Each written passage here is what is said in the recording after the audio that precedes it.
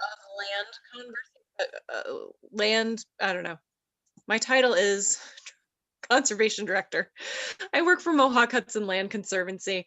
And I know I'm preaching to the choir for a lot of you today because I know a lot of you are also friends of ours, and we're certainly friends of yours. So we've done a lot of cross-pollination of sharing of information because we both have very similar missions. So I am going to talk a little bit about who we are and what we do just to make sure that we're all on the same page.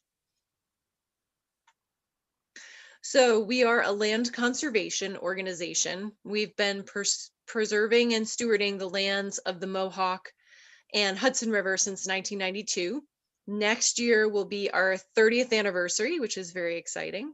And these are the traditional lands of the Mohawk and the Mohican peoples. Our service area covers 3 counties, Albany, Schenectady, and Montgomery. And you can see here is one of our priority areas, which is the Helderberg Escarpment. This is actually a view from a recent property that we did a conservation easement on.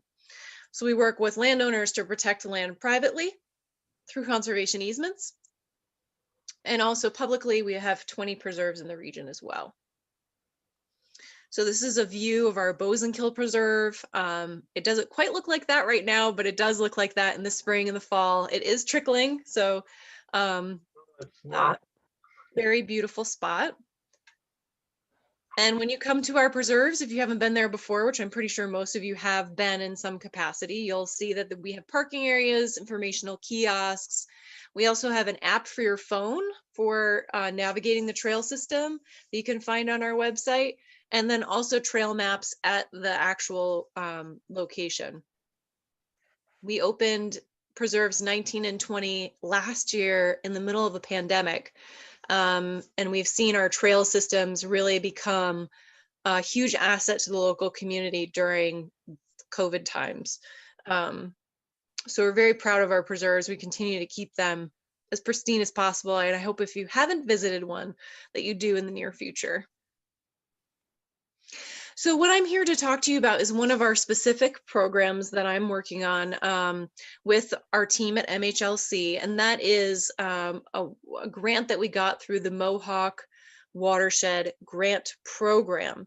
So this is a grant program that exists through Department of Environmental Conservation, and it is focused on doing planning for making the Mohawk River a more fishable, swimmable, and healthier ecosystem for that river system.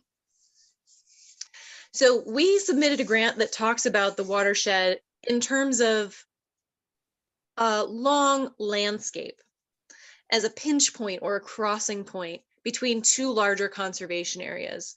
And the title is here, the Mohawk Watershed, a pathway from the Catskills to the Adirondacks. And so we have several goals for this grant that include bringing together partners, such as ECOs, completing some field work, and I'll talk a little bit about that, analyzing our findings, and then creating a vision for what this Catskill to Adirondack landscape corridor could look like. And I'll talk a little bit, those might be some kind of buzzwordy things that you may not be familiar with, but I'm going to go through it a little bit and give you some more context so that it makes sense.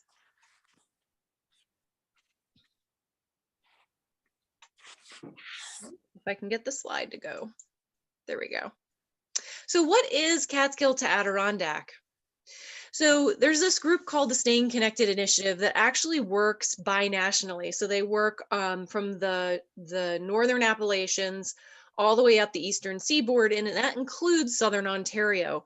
And this group is working on connecting the Northern Apps or the Northern Appalachians to the Southern Appalachians. There's a natural connectivity there that has been disconnected because of essentially human activity. And so their goal is to look at these different areas and create these linkages that will help guide conservation work.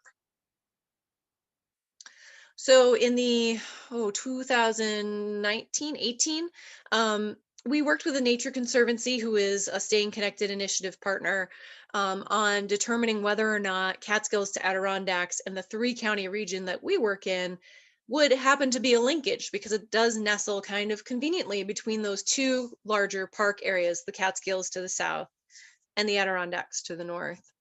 And they did the analysis, and that's what showed up on the screen on the left there that says Mohawk and is circled in purple. And that shows the resiliency areas, and how when you leave the Catskills, it kind of wise off before it hits that blue bit, which is essentially the foothills and the southern Adirondacks.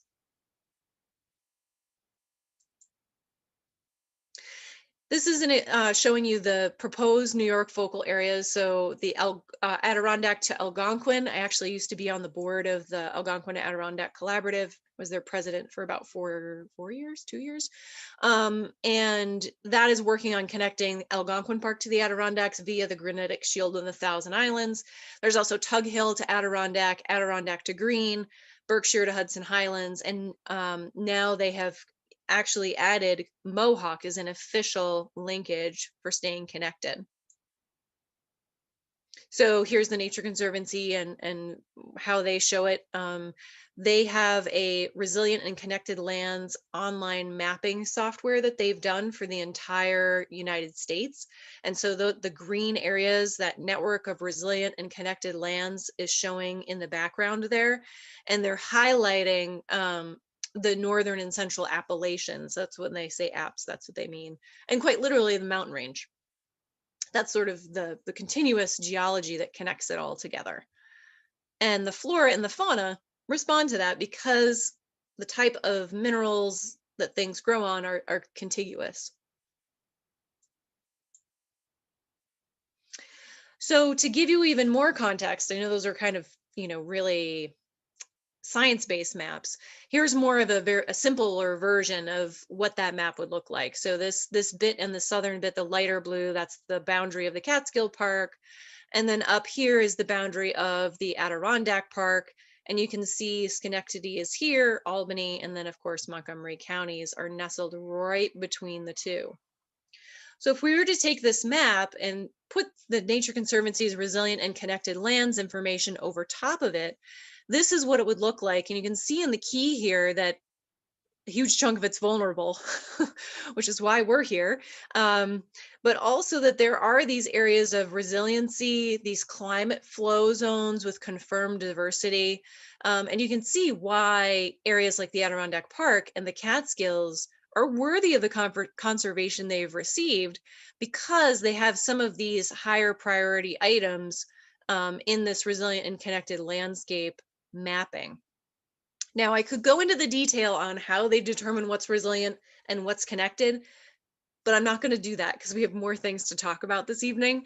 But I do encourage you, if you just Google TNC resilient and connected, they actually have a really nice one sheet on their website that goes through how they determine these things and create the mapping. And so when you're looking at resiliency, you're really looking at changes in topography.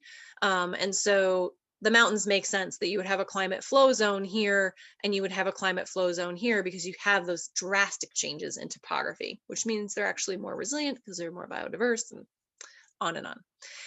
So when we're taking a look at this landscape and then seeing where our service area falls, again, Albany, Schenectady, Montgomery counties, what does it look like to try to connect those areas? And that's what's happening as a part of this initiative. Is we'll be doing some on the ground field work, which I'll talk about in a second, but we will also be doing some mapping initiatives to truly draw what this linkage looks like. So before, remember, it looked kind of like a blobby Y, like with a stem at the bottom, and then it kind of went like this towards the Adirondack Park. I just drew this totally haphazardly to show some of the different shapes that could happen as a result. So I'm encapsulating the resilient areas in light green, but really focusing on those climate flow zones with diversity, because those are really important areas to protect. If you're thinking about climate change and these are areas that are resilient to climate, you want to make sure these are protected so that animals have a vestige or a place to go as the climate changes. So we will be doing a deep mapping initiative with the Nature Conservancy as a part of this grant, and making a plan for what the actual linkage will look like. And so here it is. I just lightened the tone of these a little bit so that you can see the ground a little bit better of where, where the Mohawk River watershed is. This is Schoharie Creek, just to give you a little idea of where we are here. And so the Mohawk corridor is definitely a part of that linkage. We're focusing on 2 pinch points within this area. One is in the Glenville Hill area, and then the other is located near what we call the noses, Big Nose and Little Nose. And you can see why. You've got those purple climate flow zones in both of those areas that are basically big blobs that need protection. So how do we do this work?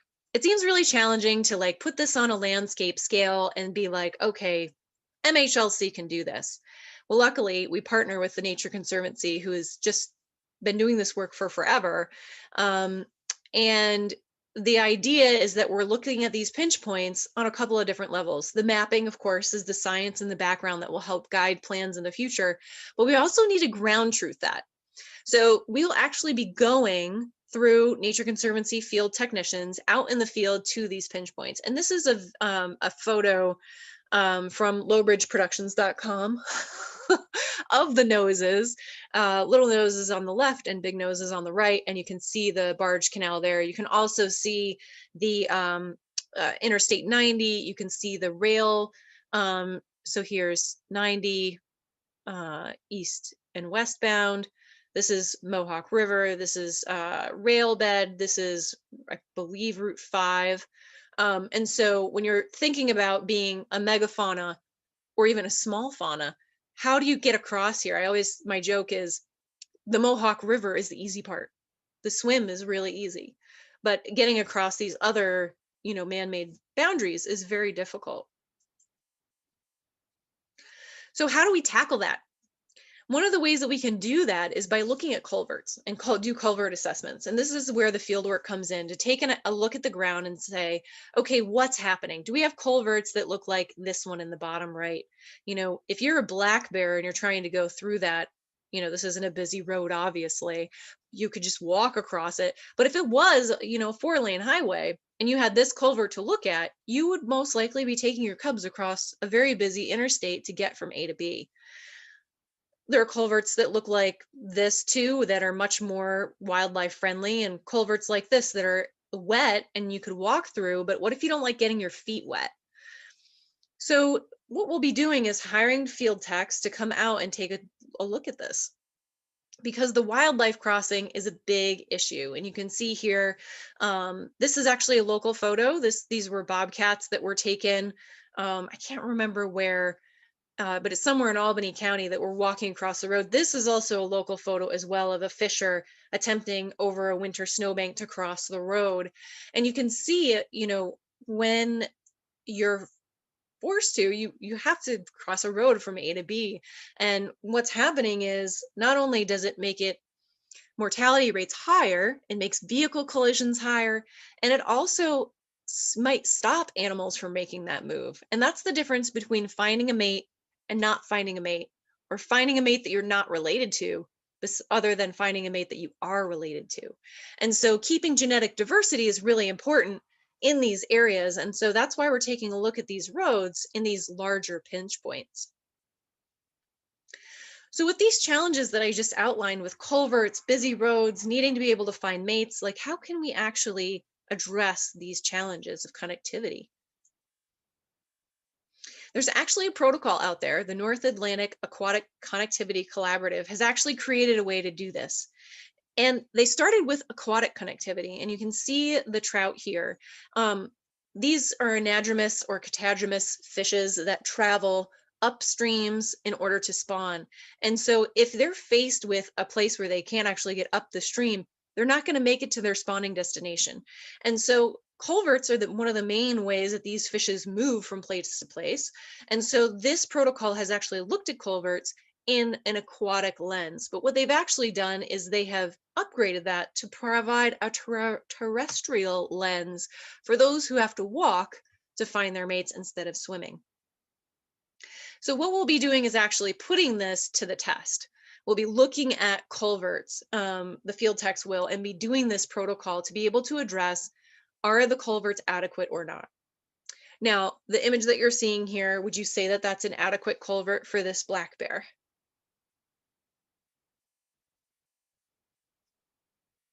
I'm seeing heads shake yes, so that's good. Thank you for interacting. I'm trying to keep you awake. And so yeah, so this is a good culvert for that bear. That is true. Um, there are some ways that we can actually address culverts, not only just making them oversized, and we may not have to even remove culverts in order to make some headway. And so on the top left-hand corner, this is what they call a critter shelf. This is an existing culvert that was not redone, but simply they added this critter shelf on top in order to allow for the wildlife to walk without having their feet wet, because this is wet all the time. The other thing that they do is they put riprap walkways, which you can see on the left hand, or sorry, the top right, along, there's rocks there. So like a bobcat who doesn't want to get its feet wet can just carefully walk along the top of that wall to get through the culvert. And then they've also done things where they have, this isn't a great example where the buck is standing, but sometimes they will actually notch this in so it's more flat and much more acceptable. An animal is much more likely to go that way and not avoid it. And so what they do is they actually upgrade existing culverts or replace them altogether to make them better for wildlife.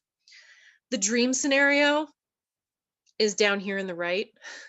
I don't know if any of you have had the opportunity to see some of the wildlife overpasses that are happening in the Yellowstone to Yukon initiative in the Banff area, but they are installing these, and they have found that grizzly bear mothers, which is very interesting, will more likely take their cubs over top of the road than through a culvert because of the risk to their young of getting predated in a dark cavern. And so the studies have shown that wildlife overpasses are the only way we're going to keep our grizzly bears on the landscape, which to me is just amazing that we figured that out. And this is the dream scenario because most animals would rather not have to go through a culvert to travel from A to B.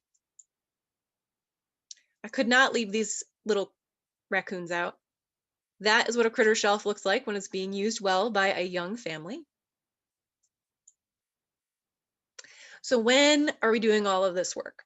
We were just awarded the grant this past winter, and we are currently working with the Nature Conservancy, who will be hiring 2 techs to go to those pinch points and do the culvert assessments starting this fall.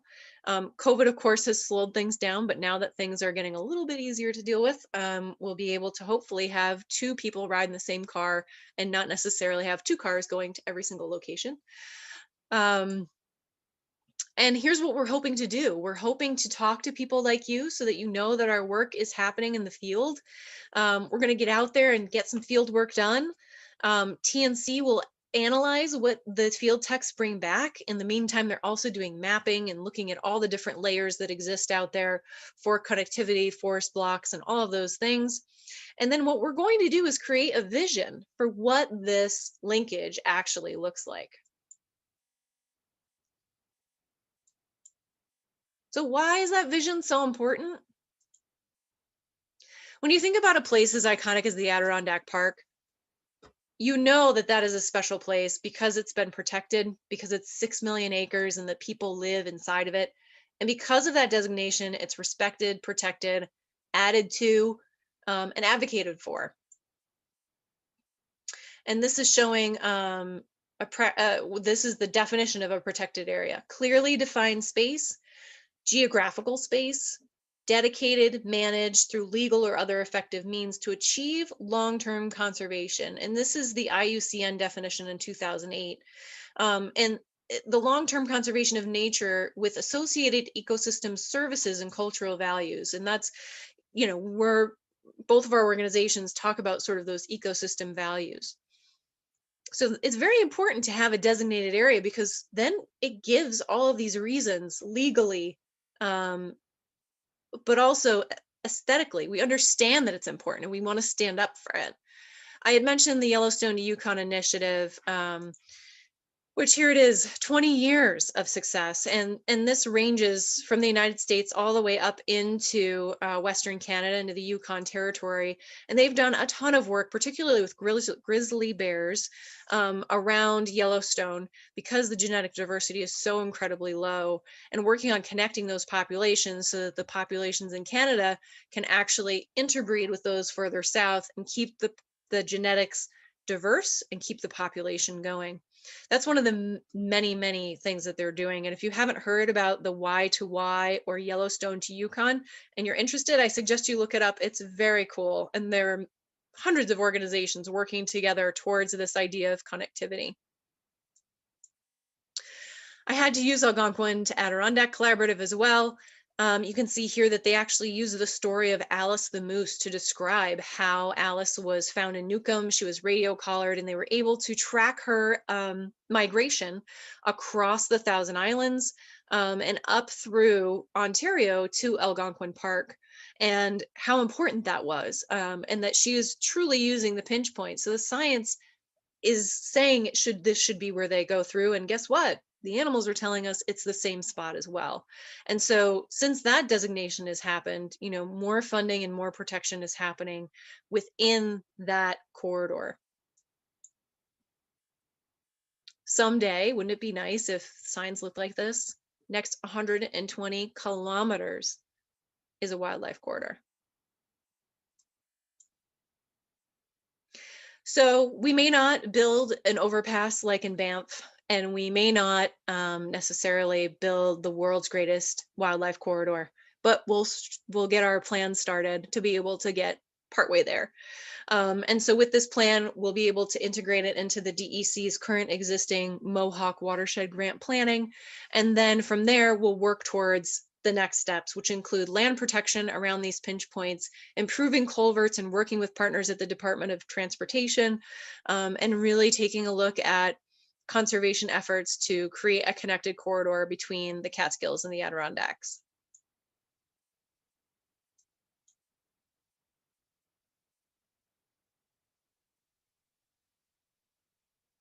So that's it. That's all I have. I hope you're excited by this project. It's still very early stages, but I'm hoping to continue to spread the word around the communities in which this will be happening. Many of you live in the Schenectady area, maybe even in the Glenville Hill area, or have friends that might be in that area. And we're working with the municipalities and other groups like yourselves to spread the word in hopes of being able to declare and just show you guys what a pinch point looks like in your backyard and how this is going to help wildlife in the long run. So thank you so much for your time, and I'd like to turn it over for questions if you have any.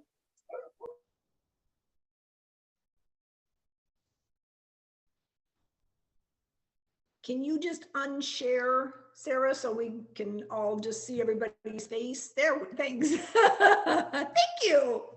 There's everybody. This is very exciting, Sarah. Thank you so much for sharing with us tonight. You're really welcome, and I really appreciate the opportunity too. So thank you. Ruth, you're muted. Ruth, you're muted.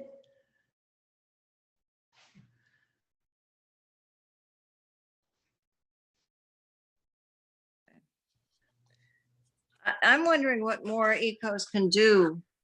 I know this is a beginning. We've got, I don't know, what, 10, 20, 10, 15 people, which is a start, but I think it's an exciting project, and I'm hoping we can do more to support it, because the idea of making people see this region as part of a larger whole and important for wildlife conservation, and especially in the face of climate change, I think is important. And I hope we could do more than what we've currently been able to do, which is this talk. I really appreciate that, Ruth, and I hope that this talk will help people's fire go off all around the regions and in these pinch points. Really, once we have the plan, it's going to be even more community based, getting the community to talk to us about important areas where they may have seen wildlife movement and those kinds of things. And I think that's phase 2. And then being able to work with communities to say, okay, where are your important places based on what you're saying and what you are seeing on the ground, and how can we work to connect those, protect those. And the nice thing about our work is we have many options. You know, it doesn't necessarily have to be deemed a preserve, but it could be a conservation easement with a landowner who has a really deep forest that happens to run along a ridge that's perfect. You know what I mean? And I think once we identify those areas and really get a handle of what's on the ground, the community outreach is going to be really necessary. And I could see each one of you, you know, looking at a map and saying, oh, I know Ruth lives over near that spot. I'm going to talk to her. We're going to get coffee. We're going to talk about this. Or you call MHLC and say, I'm not sure how to have this conversation, but will you come talk to my neighbor? They are near an area that could be, you know, helpful for protection. And so I think that this is the beginning of hopefully a beautiful friendship towards wildlife conservation. I think one of the things I guess responsible is the right word for our website. And so we would like to be able to promote and link our website to your project and your grant. What I had looked at MHLC before the talk, and I was going to try to set that up. I really couldn't find where your information was. So can you direct me how I can make that link?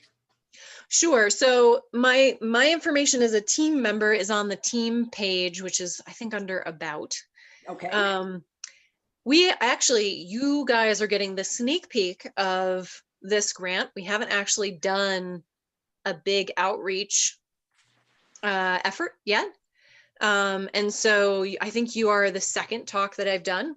And we have yet to hire techs and actually have images on the ground. And so once that's starting to happen, my hope is that we'll be able to have a web page with more information. And I think it's going to be sort of organic, if that makes sense. Yeah, and if we can help on the whatever the big deal is that you decide you're going to have, you know, let us know what we can do. Thank you. I Besides really appreciate that. and whatever. You know. Yeah. Maybe it's something we co-host together so that your constituency and our constituency, which I'm sure there's overlap, but we could all get together in the county and you know, sounds good to me. in person. Make it a big event. Yeah, that'd be great.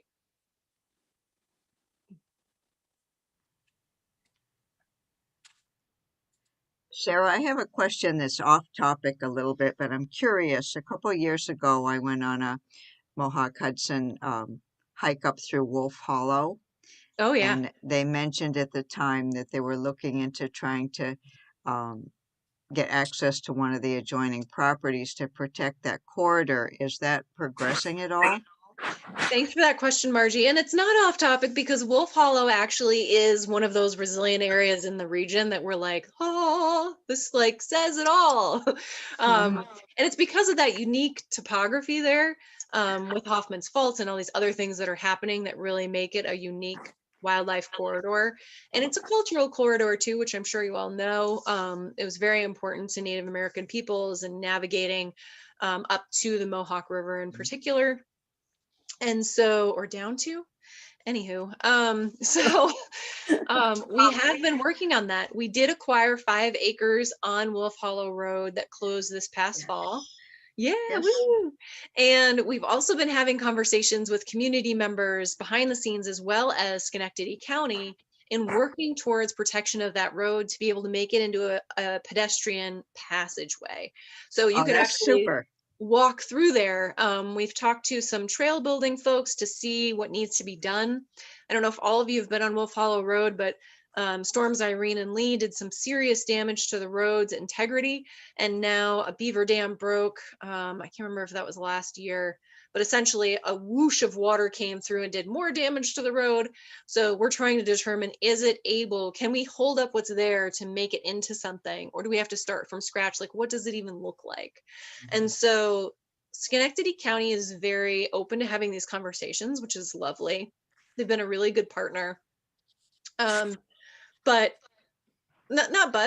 things are just slow, and we're going to get there. It's I think we've made progress, and I think that the future is bright on that score too. And I will say Wolf Hollow Brewery, and the owner there has been incredibly supportive, and really helping make connections in the community. And I don't know, if any of you know Hank Stebbins, I'm sure some of you do, but he has also been for years cultivating the landowners along that roadside for doing something. So they're poised ideally to do conservation easements along that corridor to protect the edges of it as well.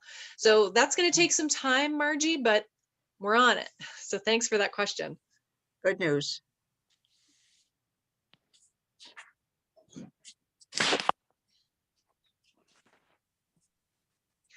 Any other questions?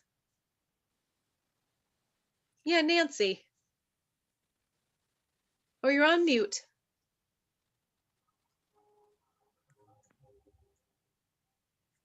Ed, Nancy's on mute, and I think she has something to offer us. Yes. And you're on mute too, Ed.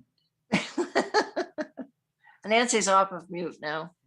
Sometimes it works to do it in the little corner on my little box, but it didn't work there this time. I It had to works. go down to the bottom of the screen method. Anyway, I was thinking about areas like Elisha Kill, which I don't know if, it's almost, do areas like that provide a corridor just by their, people have kind of along the route, there are a lot of natural areas. The Elisha Hill Preserve and the museum, well, it's the State Park Preserve, and then it goes up to the Woodlawn Preserve, so that there are a number of natural areas. Oh yeah, the farm there, Lansing. yeah, Lansing is right there along that too. I'm just wondering if that kind of thing qualifies as a corridor, or doesn't it really? So scientifically, it may not, in terms of the Nature Conservancy and their mapping. But for us at MHLC and through other mapping softwares, river corridors tend to be really nice hotspots because the land often goes down. And it's not buildable. So often theoretically it's not buildable. Oftentimes those areas are naturally protected. And I often try to think about the land too, not just as one connected ribbon, but also stepping stones. So, even if you're able to walk, pretend you're a black bear and you're walking along the Elisha Kill, and then there's a moment where you have to cross a couple suburban backyards and then you're back in the park, like that's okay. You still have space to move. And so there are some areas like Colony that are densely populated.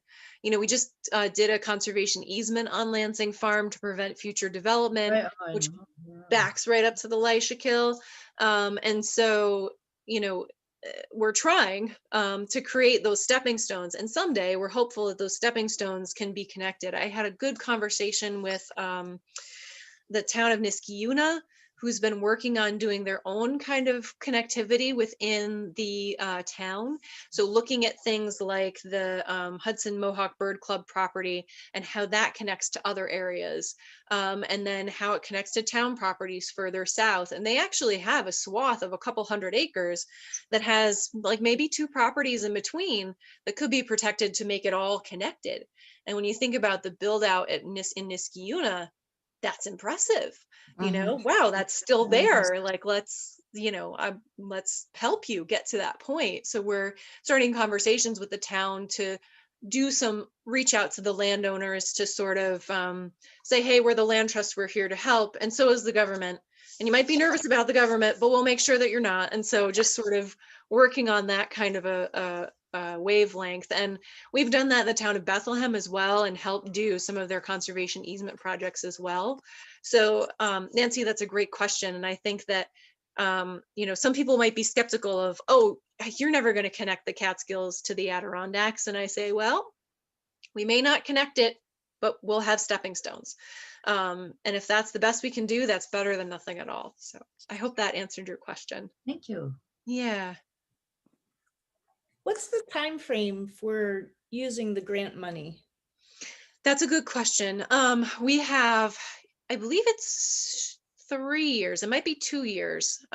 We do an awful lot of grants with the state, and each entity has a little bit different schedule. And I was working on farmland protection grants all day today. So, and that's a 3 years. So maybe this one's 2. So we have been sort of shifted a little bit. We were supposed to start this work last year. And of course, now we're starting late this year. But DEC has been helpful in allowing us to shift that work. My hope is that we'll be able to, either in person or via, this medium, Zoom, being able to meet with community members in the fall, into the winter months, to be able to show them the culvert work, identify those pinch points of like where animals are moving. We're also hoping to get wildlife cameras on the ground and get some images of the animals on the landscape, which I think is much more compelling than a photo of a culvert. So Absolutely. yeah, and so once we have some of those things in hand, I think that the outreach will happen, organically, which I think, I I always think say. once you get animals, that's when people actually get interested. Yes. Animals going through culverts is definitely something that Yeah, and fascinates people. if it's a culvert, like that's on the street you walk on every day, that's even more, compelling. So Right. Yeah, there's a wonderful video that I saw recently of animals going through culverts, not locally, but it was, if I can find it, I'll forward it to you, just because it's. I think I've seen it, Ruth, and I think it was 2 different animals. It was on the West Coast. Well, that was just one clip out of this whole thing. The It was a badger coyote and a the coyote. something. Yeah, Yeah, they were coyote like and the badger, pals. which was the most, this whole thing was in the New York Times. It was on, Yes. anyway. And it was like the coyote was telling this other animal, not a coyote, like, this is the safe way to go. Come with me. Yeah. And it just warms your heart. Yeah, it's good. Yeah. Along the same lines, Sweden has been working a great deal lately. What was I listening? Probably Living on Earth,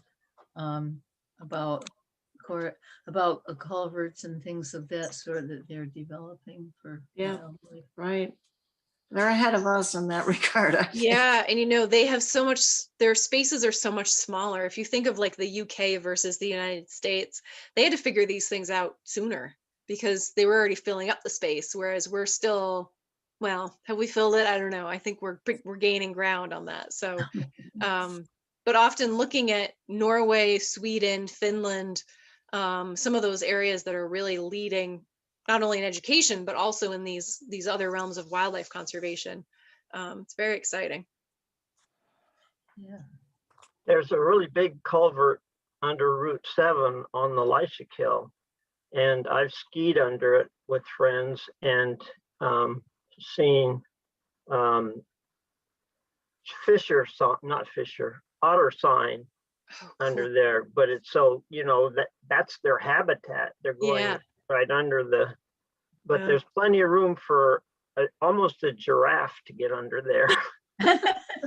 See, that's the perfect culvert. I don't think we're going to find any giraffes locally. So no need to fix that one, Ed, but I love that the otter are out there doing their thing. Did you see actual sign, or did you see like the sliding with the double feet kind of thing? We saw tracks and holes that they were going in and out of the ice. Oh, neat. That's very cool. Very cool. Well, it's lovely being with so many like-minded people. And if you have any other questions, feel free to reach out to me. I see many familiar faces too. So it's nice to see you. I haven't seen many of you in person lately, but that's coming. No. Yeah, that's an exciting initiative, and it's exciting something's happening in Schenectady that I is know, this I know. proactive, I guess. I know. We're trying. Yeah, it is exciting. It's an exciting opportunity, and we're delighted to hear about it. And thanks very much, Sarah, for sharing this information. Appreciate it. Absolutely, Don. And it's nice to see you, Lois. And we Thank you. did record this, Sarah, so it will be on the website, the recording, and then I'll put your contact information, like from that last page, I'll post that even separately as part of that, so people can reach out to you with questions or whatever. So, That's so great. Thank you. sure. Thank you, Sarah. And thank you Really- all for hanging in there with the technical difficulties. We made it. For joining us. Well, I hope you all have a Wow, nice that was a evening. great description. Cindy Thank does an amazing job, but you know, there's always something. Other Sarah, did you have a question? I did, but it's kind of an odd one. You know, I was just looking at an aerial photo while we were talking, and one of the things that strikes me is how much of our landscape is taken up with space cemeteries.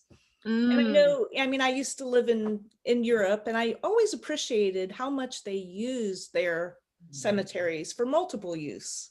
Right. And it seems like here we just don't have that multiple use idea for that much land. And I was wondering if you have approached, or in the past, if this has been the type of landowner that you've worked with at all, because it does seem like there's a lot of potential there for it. Yeah, you know, I've actually never thought about that. And I do wonder, my husband is the director of planning and zoning for the town of East Greenbush, and he's worked with cemeteries before. So he may know, like, I believe there's laws related to their protection and like, but it has a lot to do with the burial part and the bodies part, but not necessarily with the wildlife that could be walking through there kind of part. There's like a lot of potential there, and I really appreciated in France how it wasn't a single use thing. I mean, people picnicked there and went there. They used to, yeah, that was, and Vale Park Vale Cemetery, Vale Park is still that kind of a cemetery because it was planned and started. Yeah, I mean, 1800s sometime. Yeah, I've had several lunches in Albany Rural Cemetery, actually, just sitting on the bench with my husband, like. Yeah.